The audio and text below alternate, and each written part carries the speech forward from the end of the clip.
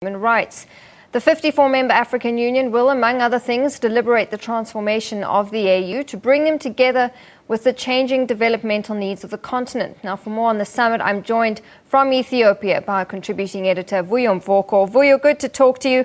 So many issues, I'm sure, have already come to the fore in the build-up to the summit, one of those being the Burundi issue, as well as the al-Bashir issue. What do African leaders face in this regard?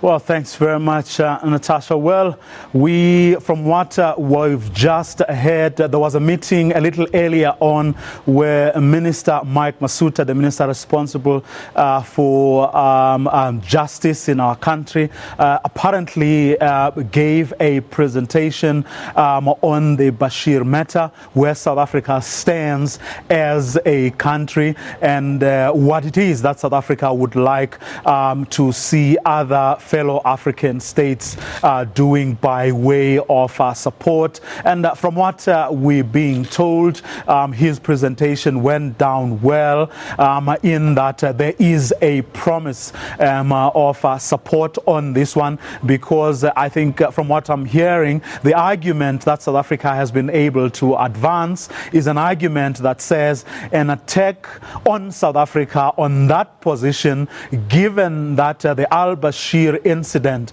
happened in South Africa at a meeting at a summit of the African Union. So an attack on South Africa is an attack on the African Union. And from there, from that position, will then come a resolution that we are told currently is being put together in consultation with everyone from all the regions. And that resolution will be tabled before the heads of state in a day's time. We have no clarity as yet as to what that resolution will say exactly. From what we are told, the presentation by Minister Masuta went down well. Of course, we don't know what it is exactly that they will come up with. But coming back to your question around Burundi. On the Burundi question, from what we've been picking up over the past couple of days, whatever resolution that would have really amounted to what some people have called for, which something that amounts to Burundi being read to the Riot Act, that is not going to happen.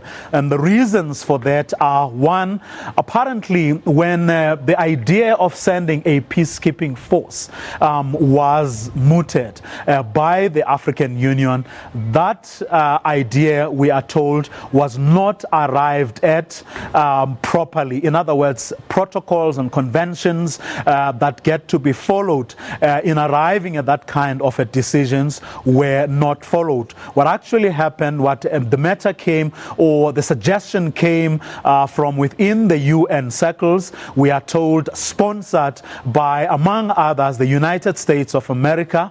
And before it could be deliberated on by people from the African Union, and before any report by the African Union was put together, that resolution was already accepted. As to who exactly accepted that resolution, influenced by who, that is what everyone is pointing fingers at each other, we are being told. And that has actually severely weakened whatever strong position the African Union could have been able to come up with. So in a nutshell.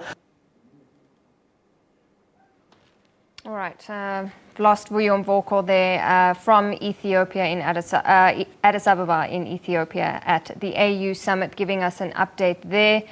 Meanwhile,